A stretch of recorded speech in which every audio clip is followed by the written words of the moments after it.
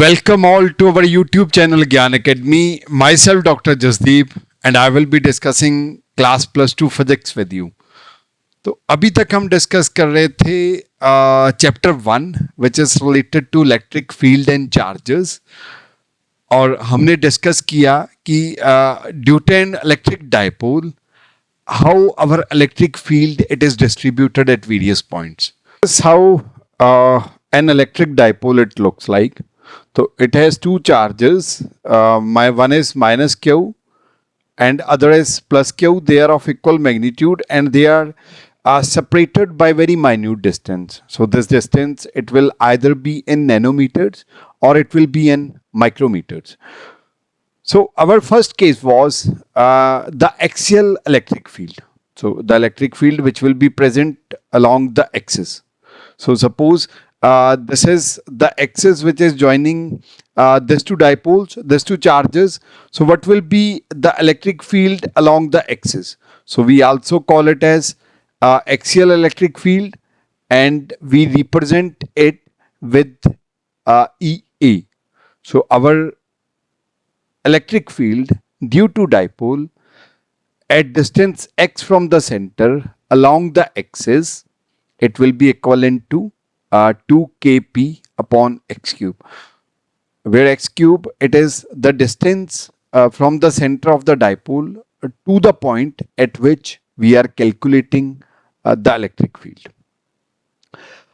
Similarly, and see, we also discussed the direction of the electric field. So electric field it will be in this direction. It will be acting in this direction actually, and our dipole moment, which is represented by term P, our dipole moment, it will always be from negative charge towards the positive charge. तो जब हम axis की बात करते हैं, when we are talking about the axial electric field due to a dipole, आपने हमेशा याद रखना है कि electric field and dipole moment they are in the same direction. Now if we have to calculate the electric field due to a dipole on a axis which is perpendicular to the axis of the dipole, तो ये अगर मेरा axis है of a dipole, now I want to calculate electric field on a axis which is perpendicular to this and at this particular point. तो इस electric field को we also call it as equatorial electric field. तो अब इसका magnitude हमने discuss किया था. This it is equivalent to kp by x cube. और एक बड़ी ही इंटरेस्टिंग बात, the direction of this electric field it will always be opposite to the direction of dipole moment. ठीक है, तो अभी तक हमने दो तरह की इलेक्ट्रिक फील्ड डिस्कस की है. One is the axial and other is the equatorial. तो एक्सियल तो हो गई जो एक्सिस पे एक्ट कर रही है, जिस एक्सिस पे हमारा चार्ज पड़ा है या जो डाइपोल का एक्सिस है, और एक होगी हमारी इक्वेटोरियल. तो इक्वेटोरियल है हमारी, it will be on a axis which is perpendicular to the axis joining two charges और एक्सिस ऑफ द डाइपोल. तो अगर मैं इन दोनों में डिफरेंस देखूं, my axial electric field it will be equivalent to 2 kp by x cube and my equatorial it will be kp by x cube. अगर मैं डिस्टेंस सेम लूँ, मान लीजिए I am keeping distance to be constant, I am taking distance से x. तो मैंने distance x रखा था, पहले हमने यहां निकाली थी, it was at a distance x. तो x डिस्टेंस पे हमारी आई थी ये 2 kp बाई एक्स क्यूब. अब सेम उसी डिस्टेंस को रोटेट करके मैंने परपेंडिकुलर पे रख दिया, परपेंडिकुलर एक्सिस पे. अब डिस्टेंस सेम है, पर इस पॉइंट पे which is also at a distance x, मेरी जो इलेक्ट्रिक फील्ड है due to dipole it is exactly half of it. तो मैं यहाँ मोटा मोटा ये भी लग सकता, I can also conclude it in a way, at same distance my axial electric field it is always twice of the equatorial electric field, है ना, ट्वाइस ही है. इसका मैग्नीट्यूड हमारा एक्सियल का है 2kp upon x cube, whereas equatorial it is kp upon x cube. अगर distance same है, अगर एक्स सेम है, तो our axial electric field it is exactly twice of the equatorial electric field. और second, जो ये तो होगी बात मैग्नीट्यूड की, this is about the magnitude. And what about the direction of the electric field? अगर हम डायरेक्शन की बात करें तो एक्सियल में it is always in the direction of dipole moment, है ना. अगर हम एक्सियल पे देखें, it was acting electric field, it was acting in this direction, and हमारा dipole moment it is also acting in this direction. Whereas in equatorial, our dipole it is still acting in this direction, but our electric field it is acting in this direction. So at this point, it is opposite to the direction of dipole moment. तो ये तो था बात हमारा axial और equatorial electric field का. These are two very specific points when we are calculating electric field due to a dipole. But what about the electric field at other points within the space? There are so many points which are present within the space. So this is what we are discussing just now. We will be discussing that how to calculate electric field due to a dipole at any point within the space. ठीक है. और एक बार हम वो derivation देख लेंगे, you will see that these two cases they are just the subset of the broader case. जब हमने एक बार किसी भी जगह पे इलेक्ट्रिक फील्ड कैलकुलेट कर दी, we have derived formula for that, then it will be much more easier to calculate the equatorial electric field or a axial electric field by using that formula. तो अभी हम drive करने जा रहे हैं electric field due to a dipole at any point within the space. ठीक है, वो पॉइंट कहीं भी हो सकता है. तो सपोज मान लीजिए ये हमारा डाइपोल है which has two charges, one is minus q and other is plus q, and we are interested in calculating the electric field at point this which I am highlighting. So this point we have represented it with the polar coordinate system. By polar coordinate system I mean that this point it will lie on a axis which is making angle theta with the direction of dipole moment. तो ये अगर हमारा dipole है तो it is making angle theta with it, and this angle we take it in anti-clockwise direction. So this will be anti-clockwise, and from center of dipole it is at distance x, and p it is the dipole moment for this dipole. So you will agree with me on this. I can split this dipole moment into two components. तो जो component इस axis की तरफ है it is p cos theta, और जो इसके perpendicular है it will be p sin theta.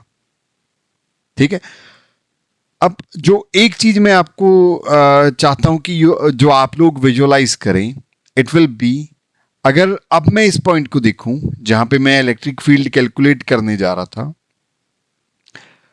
तो ये पॉइंट इस वाले डाइपोल मोमेंट से p cos थीटा से it is on the axis of this, जो पहला केस हमने डिस्कस किया था. एंड अगेन ये वाला जो पॉइंट है, if I see it from this dipole p sin theta, it is on a axis which is perpendicular to it. Yani this is the case 2 which we discussed. So our electric field due to this dipole moment, we can call it as axial electric field, and electric field due to this dipole we can call it to be equatorial electric field. So it is only a way of representation. Either I can represent it with EP or also I can represent it with E tau. ठीक है, तो अभी हमने ई net निकालना है. E net, it is the resultant of E A and E P. That will be our E net. और हाँ, हमें एक चीज पता है कि this two, they are perpendicular to each other. So by that I can easily calculate my E net.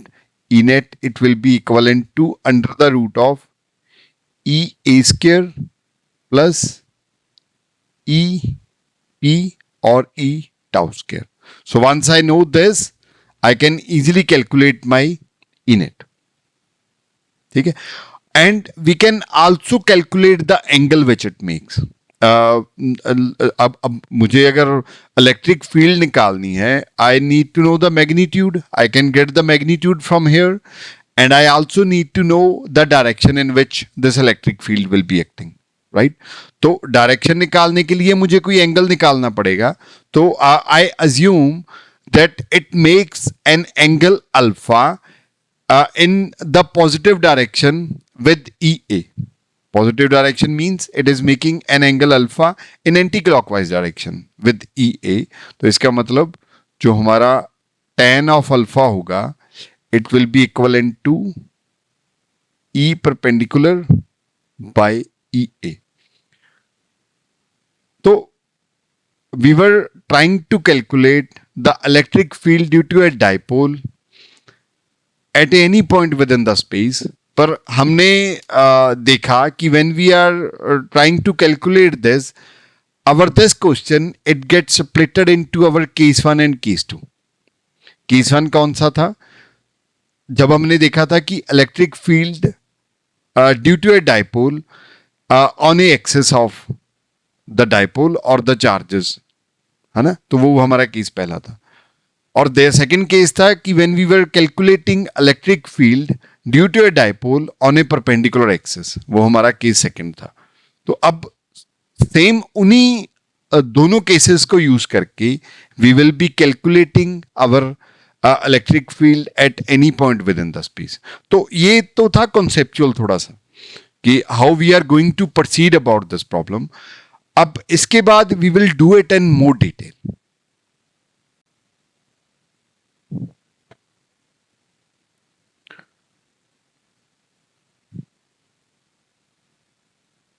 तो अब आइए एक्चुअल डेरिवेशन करते हैं. तो अभी तक हमने डिस्कस किया, मैं फिर से आपको रिवाइज करवा देता हूं कि we were considering that we have a dipole which has minus q and plus q charge, and because of this dipole there will be a dipole moment P which will be acting from negative to positive. So we splitted this P into two component. और वो दो component में हम कैसे split कर पाए? Because we were knowing that the axis on which we are going to find the electric field, it is at angle theta with the direction of dipole moment. तो अब P का एक component it becomes P cos theta and other component it becomes P sin theta. ठीक है, अब P cos theta इस point के axis पे है, so that is why we call it to be axial electric field. और अब जो P sin theta है, for P sin theta dipole के लिए ये वाला जो पॉइंट है इट इज परपेंडिकुलर, तो that is why we call it to be EP perpendicular और we represented it like this. ठीक है, अब हमें पता है we just discussed it that electric field, axial electric field which is represented by EA, it is equivalent to 2K. अब 2KP, अब P इस केस में क्या है? It is P cos theta divided by x cube, है ना. तो ये हो गया हमारा axial electric field which is due to this dipole at this point which is at a distance x from this dipole. अब सिमिलरली हम अगर इक्वेटोरियल इलेक्ट्रिक फील्ड लिखें, इट इज इक्वलेंट टू के, पर इस केस में हमारा डाइपोल मोमेंट P नहीं है, instead of P it is P sine theta by x cube. and we are interested in calculating E net. So our E net, because EA and EP, they are perpendicular to each other. So our E net, it will be equivalent to under root of EA square plus EP square. So it will be equivalent to under root 2kp cos theta by x cube whole square plus kp sin theta by x cube the whole square, right. तो अब देखिए common terms क्या हैं which I can take out of this square root, और even I can take it out of the under root. तो चलिए पहले एक बार स्क्वायर रूट में से निकाल लेते हैं। तो what are the terms I have? I can take out kp, k and p, they are on both side. I can take x cube, और इन सब का स्क्वायर है, and inside I am only left with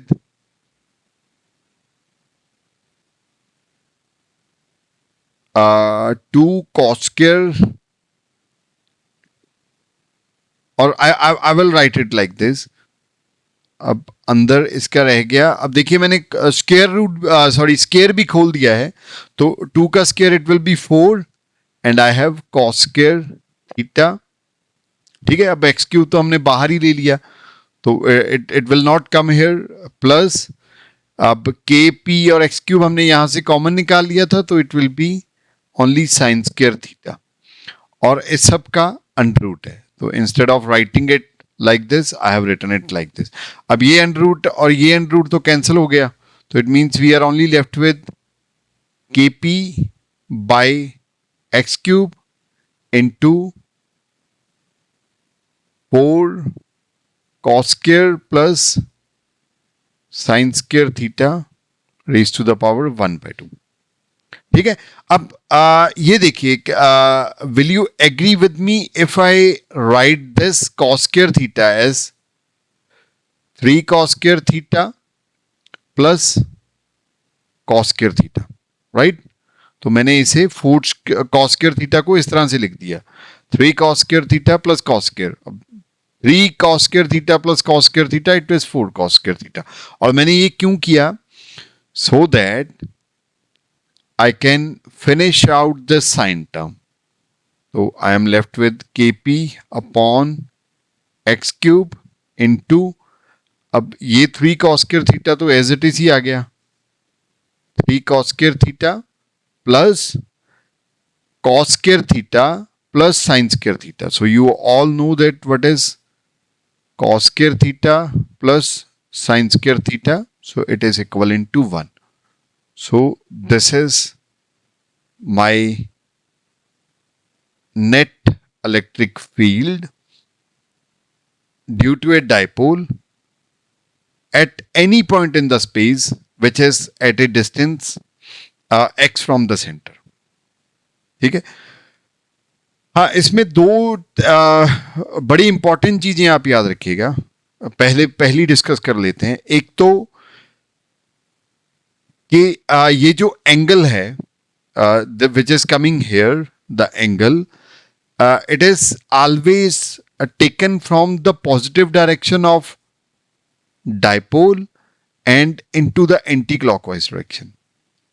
ये एक बड़ा ही important concept है, बड़ा ही important detail है which you should always remember. ठीक है, तो I will also note it down, theta is in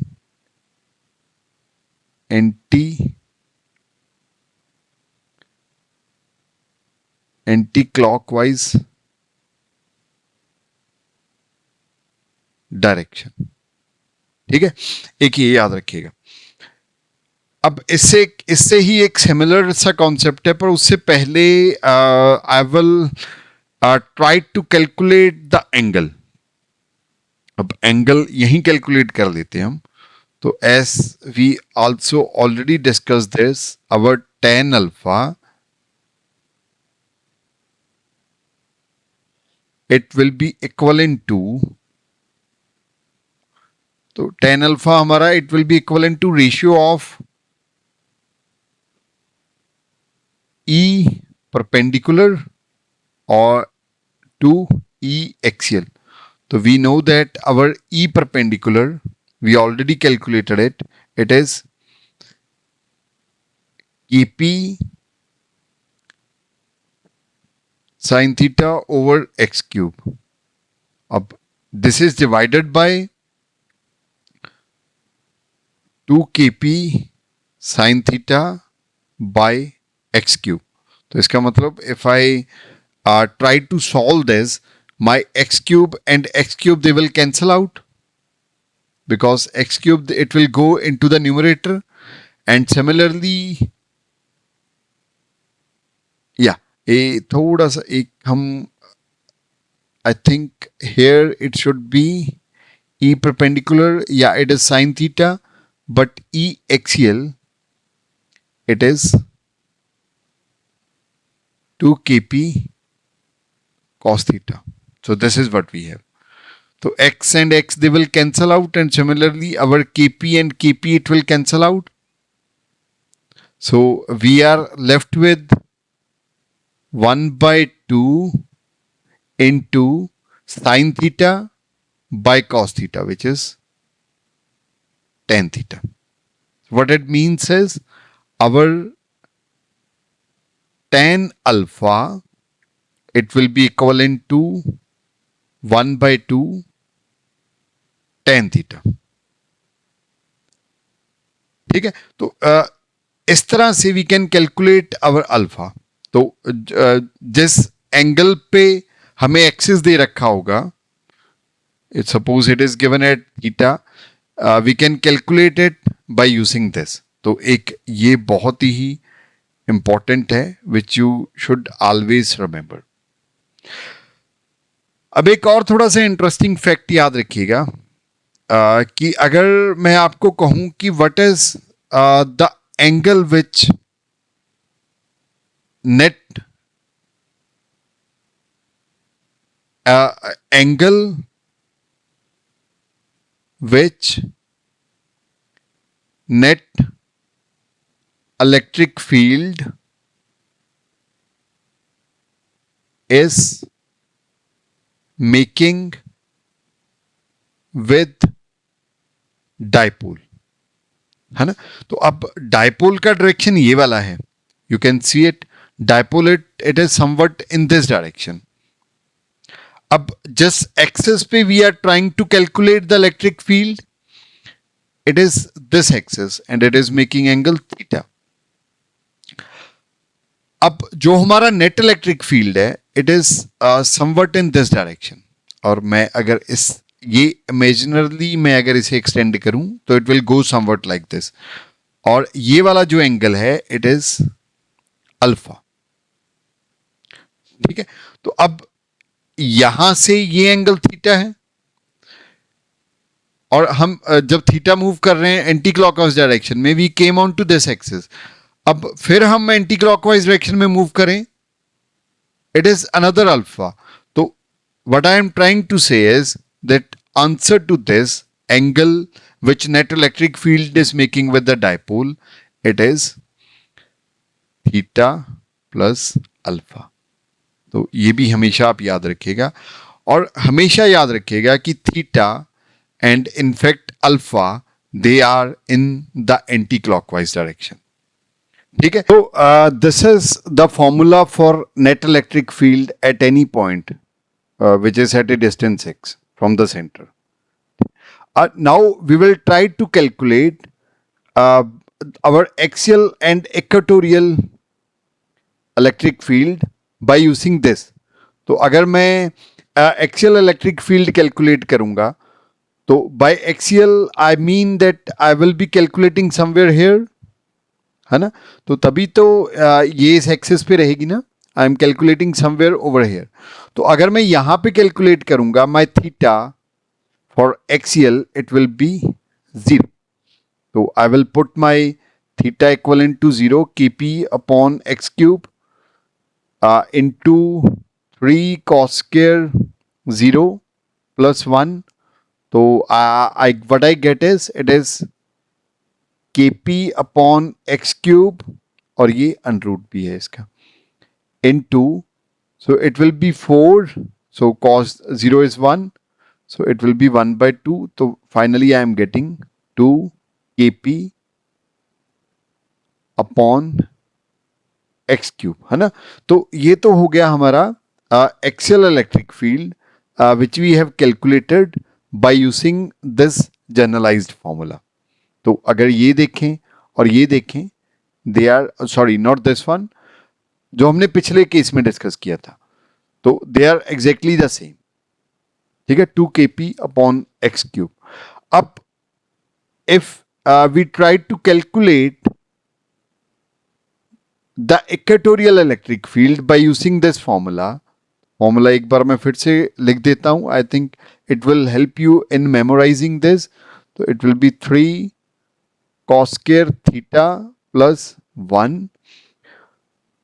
Now, if I am interested in calculating electric field on an equatorial axis of a dipole, I will be calculating electric field at somewhere over here.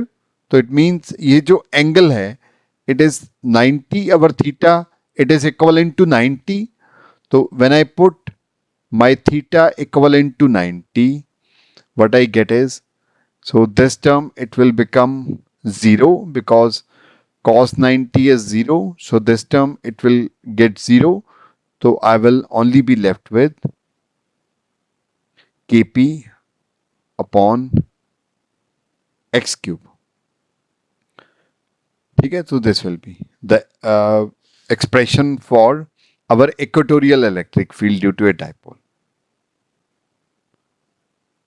So this was all about the electric field due to a dipole at any point within the space.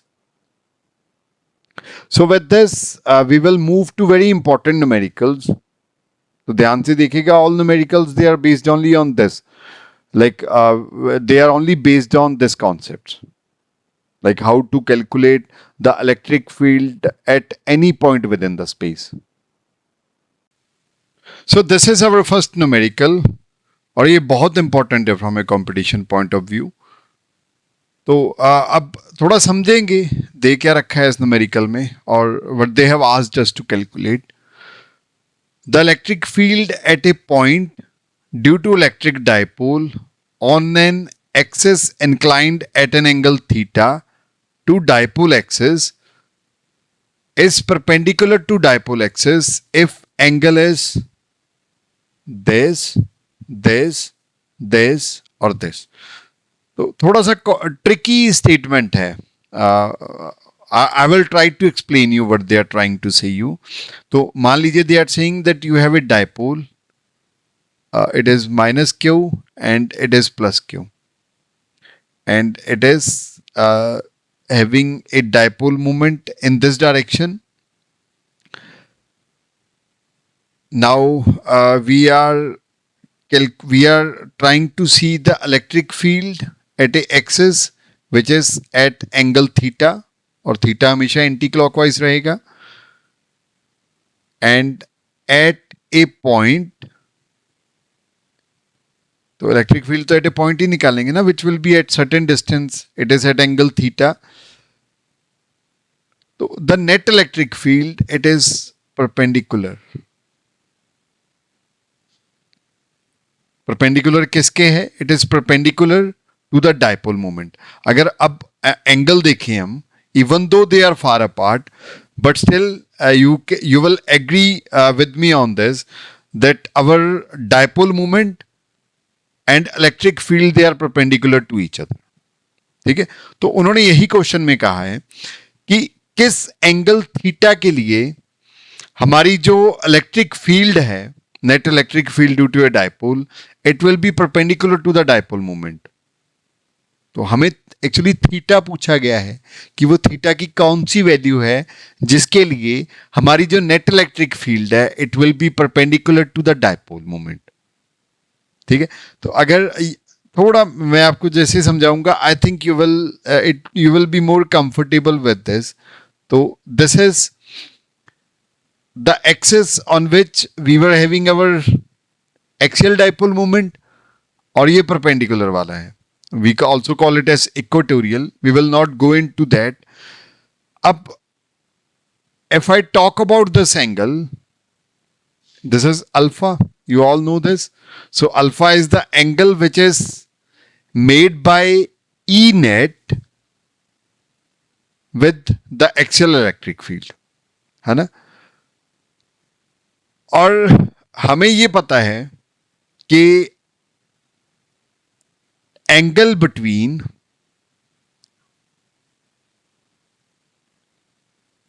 Dipole moment and E net, इस case के लिए जब we are trying to find out electric field at any point within the space, for this particular case angle between dipole moment and net electric field it will be theta plus alpha. तो उन्होंने अब हमें यही दे रखा है कि ये जो एंगल है इट इज 90 डिग्री. तो you have to find out the value of theta. तो क्वेश्चन समझे. तो हमें थीटा की वो वैल्यू निकालनी है जिसके लिए हमारा जो डायपोल मोमेंट की वजह से इलेक्ट्रिक फील्ड है it is perpendicular to the dipole moment. मतलब हमारा थीटा प्लस अल्फा जो है इट इज इक्वलेंट टू 90. और अभी जस्ट हम डिस्कस करके हटे हैं कि अवर tan alpha it is equivalent to 1 by 2 tan theta. We know all this. We are interested in finding theta. So it means we have to eliminate our alpha. तो अगर मैं इस वाली इक्वेशन से देखूं तो my alpha it is 90 minus theta. So this is what my alpha is. So I put this into this. So I get 90 minus theta 1 by 2 tan theta. So we all know this. Tan of 90 minus angle, it is cot of angle. So it will be 1 by 2 tan theta. So now I will try to do it here. So cot theta, it is 1 by tan theta. We know this. And 2, it can come to this side. तो मैं एक बार दोबारा से लिख देता हूँ. So it will be cot theta equal to 1 by 2 tan theta. तो I can write it as 1 by tan theta. तो 2 इधर आ गया हमारा. And I am only left with tan theta here. So my 2, it will be equivalent to tan square theta. So my tan theta it will be equivalent to under root 2 and my theta it will be equivalent to tan inverse of under root 2. So I think this particular option is the right option. ठीक है. तो like this there can be many questions which can be framed. तो बस आपको जो basic चीजें याद रखनी है it is that the angle when it comes to angle related to dipole moment it is always taken in the anti-clockwise direction. ठीक है. it is always taken from the anti-clockwise direction and our theta plus alpha it is the final angle which is made between the dipole moment and the net electric field. एक ये आपने हमेशा याद रखना है. and thirdly it is this. If these three concepts are clear to you, instead of 90 they can give you any angle. वो थोड़ा सा क्वेश्चन को इस तरह से भी फ्रेम कर सकते थे कि find the value of theta for which angle between dipole moment and net electric field it is 45 degree. तो यानी हमारा theta plus alpha it is 45 degree for this. And instead of 45 they could have given you 135 or they could have given you 180. They could have given you any angle which they want, but the concepts they will remain same. So this was a very important question.